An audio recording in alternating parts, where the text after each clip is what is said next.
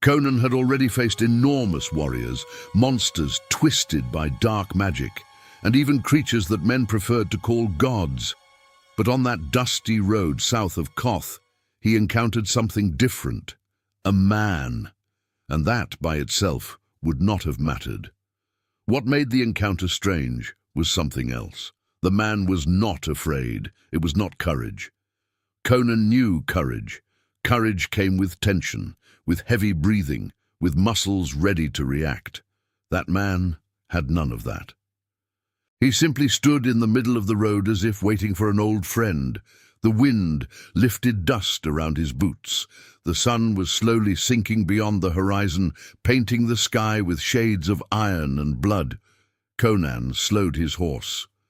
Men who block roads rarely do so by accident.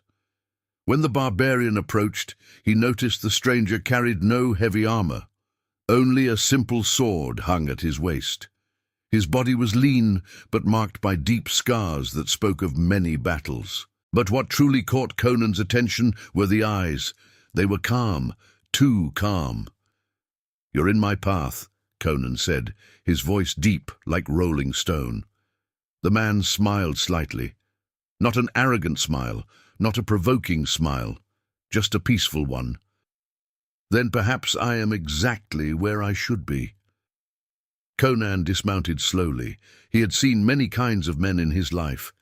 Desperate mercenaries, silent assassins, fanatics who believed dying in battle would make them legends. But that man looked like none of them. "Who are you?" Conan asked. "Kale." The answer came simply. No titles, no heroic stories, just a name. "And why are you standing in my path, Kale?" The man looked toward the horizon for a moment before answering, "Because I've heard stories about you." Conan crossed his arms. Stories about Conan existed in nearly every tavern of the civilized world. Some true, most exaggerated.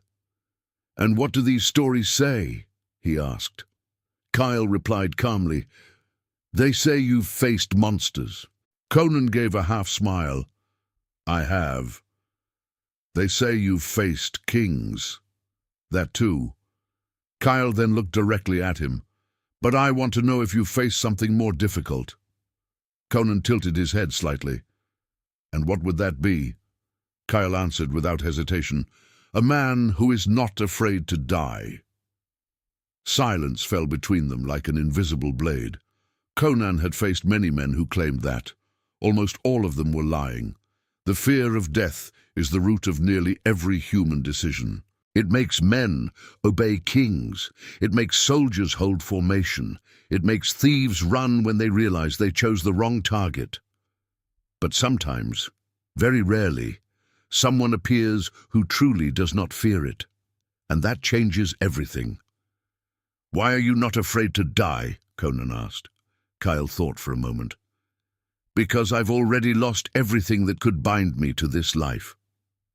Conan had heard that sentence before, but it almost always came with anger or pain. In that man, there was only serenity. "Losing everything does not make a man stop fearing death," Conan said. Kyle answered calmly, "It does when you realize fear never protected anyone." The wind blew again between them. Conan began to feel something he rarely felt before a fight: curiosity. "So you want to fight me?" he asked. Kyle shook his head. "I want to discover something." "And what would that be? If a man can truly face death without hesitation?" Conan studied the stranger more carefully. Some stories seem simple when they begin, but the longer you listen, the more they reveal something about the man hearing them. And perhaps you who are listening to this now are thinking the same thing Conan thought at that moment. What happens when a man truly stops fearing death? How many invisible chains break? How many kings would lose their power if men stopped fearing the end? How many tyrants would realize their rule always depended on something very simple? Fear. Conan slowly drew his sword.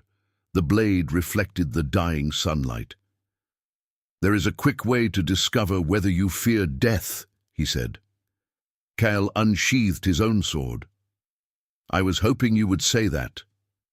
They walked a few steps to an open field beside the road. Fine dust covered the ground like dry skin. Neither man spoke, neither man shouted. Real fights rarely begin with speeches. Kyle attacked first, not with fury, not with desperation, but with precision. The sword cut through the air in a swift arc. Conan dodged and answered with a blow that would have broken many warriors' arms. Kyle blocked. The clash of blades echoed across the empty field. The fight continued. Attack, defense, movement, silence. Something quickly became clear. Kyle truly did not fear death. He did not retreat when a strike might kill him. He did not hesitate when Conan's blade passed dangerously close to his throat. He advanced, always advanced. Conan began to realize something few warriors understand during a fight. Men who fear death fight to survive. Men who do not fear fight differently. They become unpredictable. The fight grew more intense. Dust rose around their feet as the swords moved like steel serpents. Conan finally landed a strike on Kyle's shoulder. Blood ran down the blade, but Kyle did not retreat, did not scream.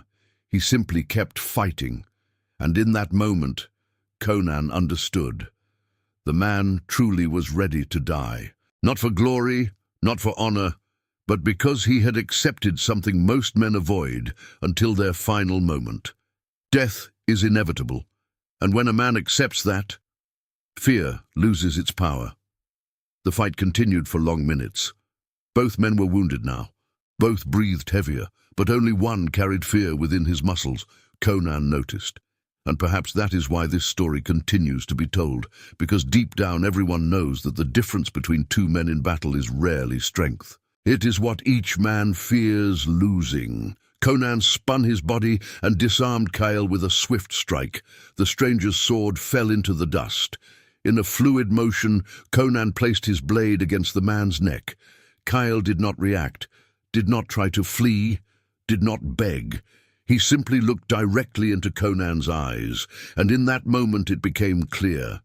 He truly did not fear death. Conan remained still for several seconds. The crowd that did not exist, the empty field, the wind, everything seemed to disappear. There were only two men, and a choice. Kyle spoke calmly. "Now you know." Conan lowered his sword. Kyle picked up his weapon from the ground. "Why did you do that?" he asked. Conan sheathed his blade. "Because killing a man who does not fear death proves nothing." Kyle smiled again, a different smile this time. "Then you understand." Conan mounted his horse. Before leaving, he said only one thing. "Men who do not fear death are difficult to defeat." Kyle replied calmly. "And men who understand that are even more dangerous." Conan rode down the road as the sun disappeared completely behind the hills. Night slowly began to fall. He thought about the encounter, thought about the fight, and thought about something few warriors admit. Most men live chained to a simple fear, the fear of losing their own lives. But when that fear disappears, something changes. A man stops obeying, stops begging, stops accepting invisible chains. And perhaps that is why stories like this continue to be told, because deep down, everyone knows there is a force greater than the sword, the freedom of having nothing left to lose, and few men in the world are prepared to face someone like that.